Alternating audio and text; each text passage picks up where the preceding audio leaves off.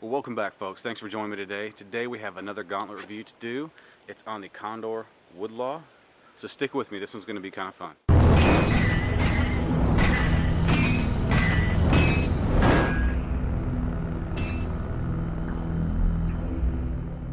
Again, guys, thanks for taking the time to be here today. Like I said, we do have the Condor Woodlaw up on the docket today. So let's take a quick look at the specs, and we're going to just have some fun with it. Alright guys, this blade is a 4-inch cutting blade. The handle looks to be about the same. Honestly, I can't tell you, and I neglected to bring a measuring tape out here today, but I will put the exact specifications in the description of this video.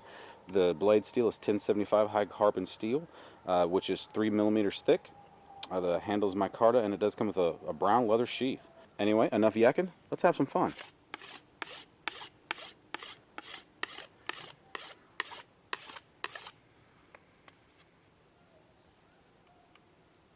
Using the spine to clean up this mullein stalk a little bit, so hopefully it won't tear up my hands too bad. Just doing really good. It's nice and aggressive.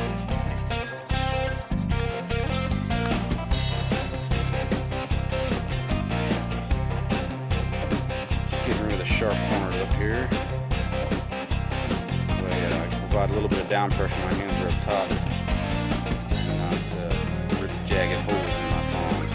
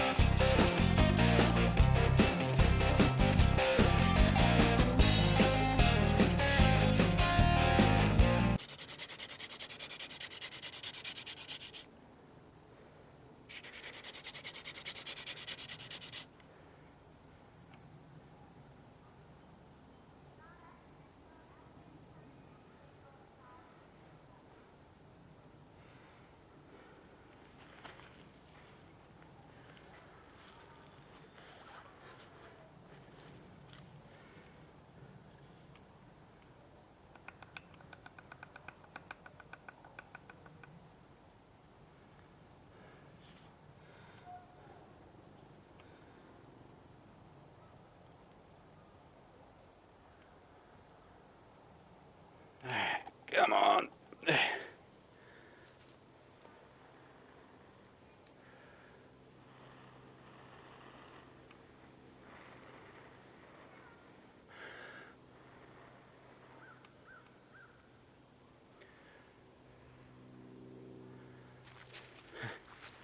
Always fun doing this in frame.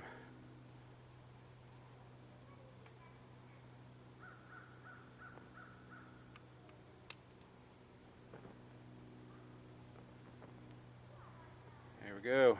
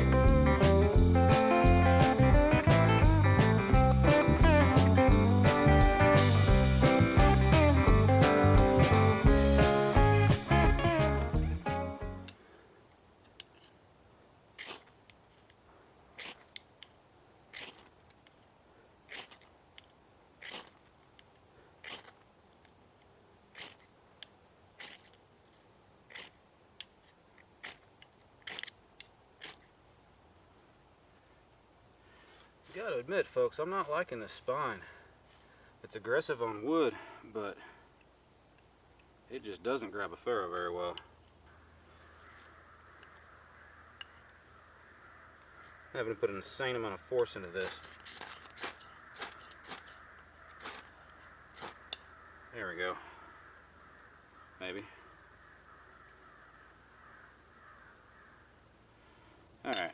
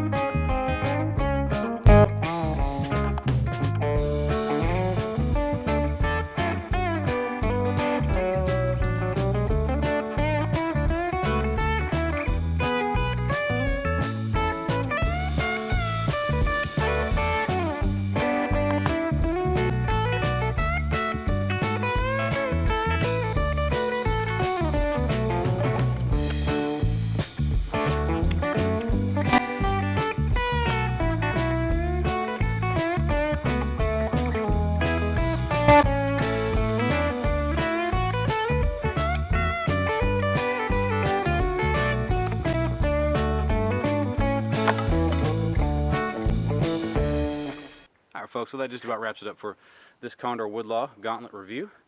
What do I think about the knife? Well, considering the price point's around 50 bucks, I think it's a pretty good deal. The sheath alone is, I mean, it's awesome. It's rock solid. Condor's is well known for the quality of their sheaths. It's nice and tight. Retention, it fits like a glove. This has been through several Gauntlet reviewers so far, and the retention on that sheath is still there. I guess we'll start with the positives. What do I like about it? I like that I like the size. It's a nice handy knife. This is somewhere between a secondary and a primary bushcraft blade, in my opinion. It's a smaller footprint, but yet it does have that 4-inch cutting edge. It can really fit both of those profiles, one being a primary and the other being a secondary blade. You know, this is supposed to be a Scandi edge. Now, I don't know if this happened during the process of going through the Gauntlet or not, but this has been, it either came slightly convexed or it has been slightly convexed through going through the Gauntlet. I don't know which it is. I wish it was straight Scandi. This blade, it doesn't seem to like the Scandivex type edge very well. The handle is nice and grippy. I do go ahead and slip in a small negative here. I wish it was a bit more contoured, just for a bit of comfort's sake, but that being said, there was no hot spots, no hand fatigue, nothing like that. There's plenty to hang on to. This seems to be a nice middle ground, so if you have large hands like I do, this will work just fine, and even if you have smaller hands, it will still fit your hand very well.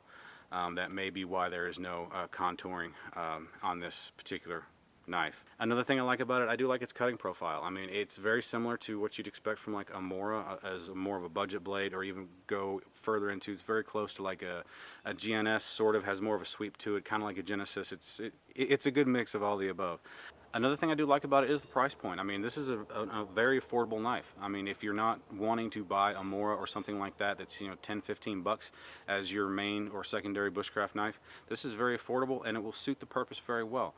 Now let's move on to the negatives. The first thing that I have to say that's a negative about this knife, it's rumored, I don't have a lot of experience with Condor, but it's rumored that Condor's heat treat is hit or miss, that some are great and just a few kind of miss the goal. Well, I would say this was probably in the latter group there. This was shaving sharp when I first started today, and just with what you saw through this video, it's not dull, but it's definitely lost its edge. Another thing, going back to the heat treat, while the spine of this knife, it feels aggressive, and it handles shaving down wood and stuff like that on the spine of the knife very well. Using a ferro rod is not that great. It doesn't seem to grab a ferro rod, whether soft or hard. very well at all. I mean, it gets the job done, but it's not quite up to par in my mind for what I would consider a primary bushcraft blade. Now, if the spine of your knife being sharp isn't important to you, then ignore my last comments. Now, overall, I do like this blade a lot. I mean, just the size, the cutting profile, and especially the tip really lends itself well to doing the finer tasks, all the notching that we did today, the feather sticking and stuff like that. So I guess to sum it up, it's a crafting blade. And again, going back to the price point, it's an affordable crafting blade. So just under those qualities alone, I really like it. So guys, I guess it's time to send this thing on to the next Gauntlet reviewer, but I would like to thank you again very much for being here today. I appreciate your time very much. Guys, if you found this review helpful or just enjoyed the video, please go ahead and give me a thumbs up. It does help me out quite a bit. And if you want to continue to see what's coming down on my side of the Gauntlet, go ahead and hit that subscribe button as well. And as always, guys, please hit up the comment section. I enjoy the feedback. I enjoy the discussions that get started off of these. I enjoy the questions and answer sessions, so to speak. So anyway, guys, as always, I will see you next time.